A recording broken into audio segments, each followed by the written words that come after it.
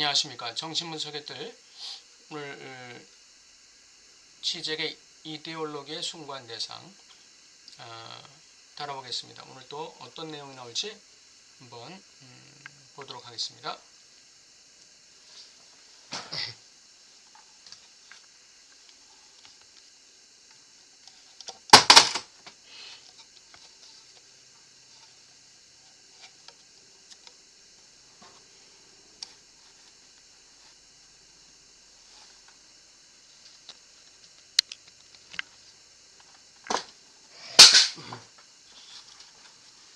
네, 자본주의에 대한 막스와 락강의 관점 차이, 이와 같은 제목으로 한번 살펴보도록 하겠습니다. 주류 막스주의의 관점에서 보면 이데올로기적 응시라는 것은 사회적 관계들의 총체를 보지 못하는 편파적 응시다. 이데올로기, 막시즘이 바라보는 사회 관계들에 대한 그 이데올로기적 응시라는 것은 총체적인 관점이 아니에요. 부분적인 관점이죠. 편파적인 응시예요. 반면 락강의 관점에서 이데올로기 또는 이데올로기적 환상은 오히려 우리 자신의 불가능성의 흔적을 지우기 위해 설정된 전체성을 지시한다. 굉장히 상상계적이죠. 이데올로기라는 게 상상적 자아 수준의 차원을 얘기하는 것이죠. 전체성을 지시하긴 하는데 상상계적인 전체성이에요. 막스주의는 물신은 사회적 관계들의 실정적 네트워크를 은폐하는 한편 프로이드에게서 물신은 상징적 네트워크가 그 주변으로 분절되는 거세를 감춘다. 물신이라는 것은 거세를 감추기 위한 것이죠. 내가 어떤 물신을 갖다가 추구하고 있는가, 그것이 나의 결여를 감추는 것이에요. 내가 무슨 사회적인 인기가 있다, 그것이 나의 나의 결여를 감추는 것이죠. 막시즘에서 물신은 사회적 관계의 실정적 네트워크를 은폐한다. 사실적 사회관계를 은폐하는 거예요. 사실적 사회관계를 은폐하는 거예요. 동시에 자신의 그 허구를 은폐하는 것이죠. 막스주의 관점에서 탁월한 이데올로기적 절차는 거짓된 영원화 또는 거짓된 보편화이다. 어떤 구체적인 역사적 상황에 의존하고 있는 사태가 인간 조건의 영원하고 보편적인 특징처럼 나타나고, 그러니까 특수한 게 보편처럼 나타나는 것이죠. 어떤 특정 계급의 이해가 보편적인 인간의 이해로 둔갑하는 것이다. 부르주아면 부르주아의 이익이 보편적 인간의 그 총체성으로 보편적 인간에 대한 이해로 둔갑하고, 프롤레타리아면 프롤레타리아의 이익이 보편적 인간에 대한 이해로 둔갑하는 거예요. 그러니까 부분이 총체화되는 것이죠. 따라서 이데올로기 비판은 이런 거짓 보편성을 폭로하고 일반적 인간 이면에서 부르주아 개인을 탐색하고, 또 보편적인 인간 권리 이면에서 자본주의적 착취를 가능케 하는 형태를 탐색하고, 초역사적 상수인 핵가족 이면에서 역사적으로 규정되고 제한된 형태의 여러 유형의 다양한 그 친족관계를 탐색하는 것, 이것을 이데올로기 비판은 목적하고 있다는 것이죠. 이데올로기가 만들어 놓은 거짓된 전체성, 거짓된 전체성에서 특수한 개인을 분별해내는 거예요.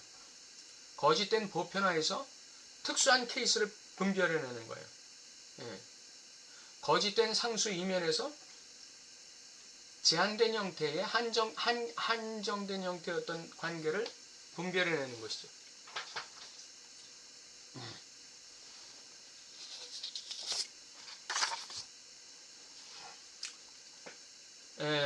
락강의 입장에서 보면 우리는 관점을 바꿔 가장 교활한 이데올로기적 절차를 영원화의 정반대, 즉 성급한 역사화에서 발견해야 한다.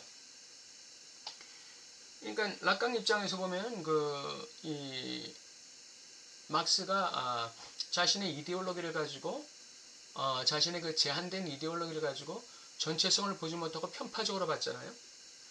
그러면서 그 편파적으로 본 것을 가지고 그게 마치 보편적인 것 마냥 그런 뭐를 시도했다고요? 보편화를 시도한 거예요. 그게 이제 그 거짓된 보편화인 것이죠. 예. 근데 락강은 이런 영원적 그 보편화 이거에 반대 성급한 역사화에서 이데올로기의 교활한 절차를 발견했다는 거예요. 중심분석에서 오이디푸스 컴플렉스 거세 불안과 핵가족 삼각형의 중요한 역할을 고수하는 것은 가부장적인 가족이라는 역사적으로 결정된 형태를 보편적인 인간 조건의 특징으로 변형시키는 것이다. 그러나 막스적 페미니즘 관점에서는 오히려 가족 삼각형을 역사화하려는 시도가 정확히 가부장적 가족을 통해 예고되는 견고한 중액, 법의 실제, 거세의 암초를 피하려는 시도다 이거예요. 그러니까 핵가족이라는 그 가부장적 가족이라는 역사적인 결정된 형태를 보편화시킨 이유는 뭐냐? 결여를 드러내고 거세를 드러내려고 하는 게 아니라 오히려 그것을 감추려고 하는 시도였다 이거죠. 법의 실제, 견고한 중에 거세의 암초를 가리려고 하는 시도가 바로 막스주의였다 이거죠. 바꿔 말해 성급한 보편화가 우리로 하여금 그것의 역사적, 사회적, 상징적 결정을 보지 못하도록 하는 의사 슈도 보편적인 슈도 유니버설 이미지죠. 의사 보편적 이미지를 산출해낸다면 성급한 역사화는 우리로 하여금 다양한 역사와 상징화를 관통해서 동일한 것으로 돌아오는 실제적 중에 거세의 불안을 보지 못하게 한다 이거죠. 거세의 암초를 보지 못하게 한다 이거죠. 그러니까 락강의 입장에서 보면은 막스가 시행했던 부분의 총체화 그리고 그 총체화를 갖다가 보편화시키려고 하는 거, 보편화로 완전히 굳혀버리려고 하는 그러한 시도는 의사 보편적 이미지를 산출해내는 그런 거짓된 이미지고 또 그것을 반대로 락강적 입장에서는 락강 자신의 입장에서는 이 거짓된 역사화로 보는 거예요. 이 거짓된 역사화라는 것은 그 막스주의가 만들어낸 그 전체화, 부분의 전체화를 갖다가 부분의 전체화라는 것이 이 모든 역사화와 상징화를 관통해서 나타나는 그 실제의 중핵, 거세의 암초, 이걸 피하려는 캐모플라지에 불과하다 이렇게 본 거죠. 성급한 역사화는 오이디푸스 삼각구도에서 미끄러지는 거세라는 중핵을 보지 못하게 한다. 락강은 이 점을 비판하는 것이죠.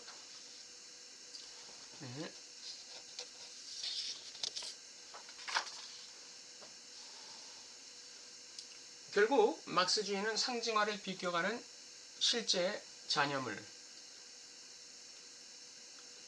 즉 잉여 대상을 설명해내지 못한다는 거예요.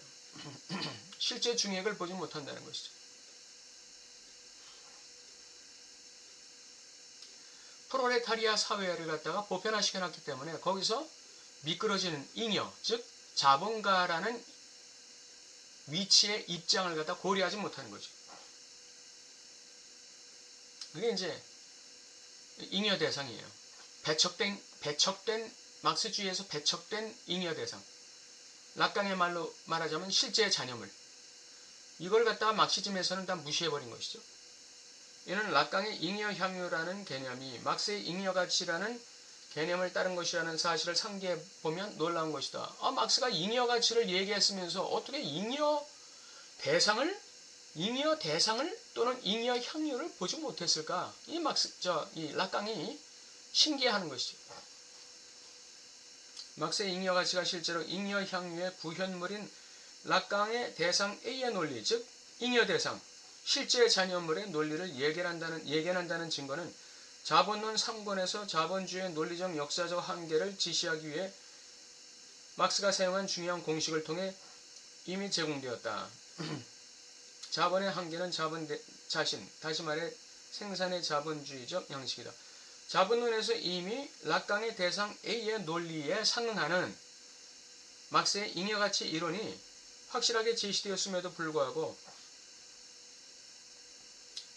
자본론 3권에서 자본주의는 논리적 역사적 한계를 지시하기 위해 막스가 사용한 중요한 공식을 통해 이미 제공되었다. 그러니까 그 락강이 말하는 잉여 향유 또는 잉여 대상을 구분해낼 수 있는 충분한 자신의 이론적 근거를 가지고 있음에도 불구하고 막스는 그것을 자본론에서 드러내고 있음에도 불구하고 그걸 숨기고 있다 이거죠. 잘 이렇게 현상시키지 않는, 강조하지 않는 거죠. 생산력이 생산관계라는 틀보다 커지는 시기가 옵니다. 예. 이 생산관계를 보면 생산력과 생산관계의 틀, 즉 생산력을 지지하는 어떤 이 틀, 형식이죠. 이 두 가지가 이 생산을 갖다가 보장하는 것인데, 우선 통상의 역사적 진화론적 입장에서 볼 때 생산력과 생산관계의 변증법의 불행한 패러다임에 상응시켜, 생산력과 생산관계의 변증법은 불행한 관계다. 한계가 있다 이거죠. 끝이 있다 이거죠. 내용과 형식의 변증법으로 간주하는 거예요. 그래서 생산력은 내용, 생산관계의 틀, 즉 생산 양식의 틀, 이것은 그 형식, 이렇게 간주해서 혹자는 생산력의 끊임없는 성장을 사회 발전의 최종적인 원동력으로 가정한다. 이에 따라 이런 그 자발적인 성장에는 다수간의 유예 기간과 함께, 이러한 생산력의 성장에는 다수간의 그 유예 기간과 함께 생산관계에 관성적이고 독립적인 시기가 따른다. 어느 정도의 시기까지는 생산력과 생산관계가 일정한 어떤 긍정적인 비율로 성장해요. 생산관계가. 그 생산관계의 틀이 제시하는 만큼, 생산관계의 형식이 수용할 수 있는 만큼 일정 기간 동안은 생산력이 발전한다 이거죠. 그러므로 생산관계가 생산력과 조화를 이루는 시대가 도래하고, 균형을 이루는 시기가 도래하고, 그 후에 생산력이 더 발달해서 생산관계의 이 틀, 형식을 갖다가, 이 틀이라는 사회적 외투보다 더 커져요. 몸이 옷보다 더 커진다 이거죠. 이러한 틀은 사회혁명이 이전의 관계들을 새로운 생산력에 맞는 새로운 관계들로 대체함으로써 다시 생산력과 생산관계를 균형시키고 조화시킬 수 있을 때까지 생산력의 더 나은 발전을 가로막는 장애물이 된다. 처음에는 생산력을 증가시키는 하나의 그 틀로 형식으로 작동했던 생산관계의 틀이 이제는 생산력을 담아내기가 붙이는 그러한 이 장애물로 작동하게 되는 거예요. 이 시간이 지나면. 그렇기 때문에 여기서 막스가 얘기하는 그 프롤레타리아 혁명의 당위성이 여기서 나오는 거죠. 생산관계의 틀을 바꿔야 된다 이거예요. 그래서 생산관계의 틀을 혁명을 통해 바꿔야 된다는 막스의 주장이 당위성을 얻게 된다. 만일 우리가 자신의 한계로서의 자본에 대한 공식, 자본은 자신의 한계로서의 스스로의 한계를 가지고 있기 때문에 자본이 생산력에 도움이 되는 한계가 있지만, 자본이라는 게 결국은 뭐예요? 생산력을 만드는 것인데 거기에는 한계가 있다는 것이죠. 이는 자본주의적 생산관계는 처음에는 생산력의 급속한 성장을 가능케 하는 것이었지만 어떤 시점에서는 그것의 발전을, 즉 생산력의 발전을 가로막는 장애물이 된다. 자본이. 그래서 자본가를 때려잡아야 된다 이거죠. 생산력이 자신의 틀보다 더 성장해 새로운 사회관계의 틀, 새로운 형태를 요구하게 된다는 것이다. 생산력이라는 내용이 생산관계의 틀이라는 그 자본 또는 이 형식, 옷보다 더 커지게 되는 것이죠. 그래서 그때는 기존의 생산관계의 틀을 갖다가 전복시키고 새로운 생산관계를 만들어야 된다 이거죠. 이 자본주의에 대한 막스와 락강 관점 차이는 오늘이 첫 번째 시간이고 다음 두 번째 시간에 그 진면목이 더 구체적으로 밝혀집니다. 그렇게 이해해 주시고 오늘 중간까지만 끝내게 되었습니다.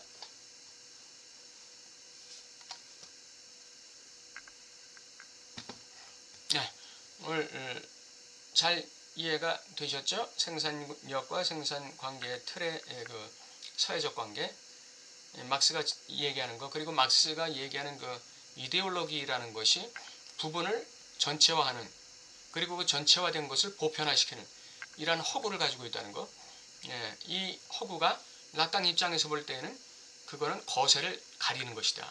그 실제의 중핵을 갖다 감추고 있는 것이다. 다시 말하면 이데올로기의 허구를 갖다 감추고 있는 것이다 이거죠. 예, 오늘 이 첫 번째 시간 여기서 마치겠습니다. 여러분 감사합니다.